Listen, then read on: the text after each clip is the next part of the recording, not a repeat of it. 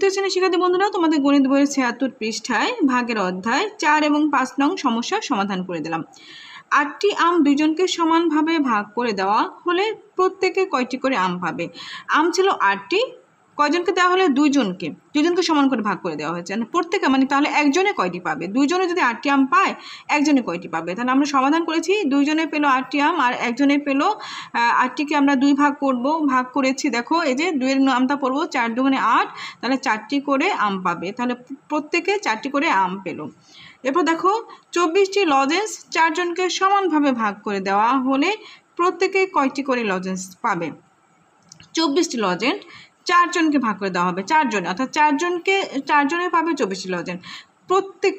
প্রত্যেকে মানে হলো কি 4 জনের একজনে কয়টি করে লজেন্স পাবে? তাহলে 4 জনের পায় হলো 24টি লজেন্স, একজনে পাবে ওই 24কে আমরা 4টি ভাগ করব 4 দিয়ে, 4 গুণের নামটা পড়লে 4 6 24, তাহলে 6টি লজেন্স, প্রত্যেকে 6টি করে লজেন্স পাবে। ধন্যবাদ।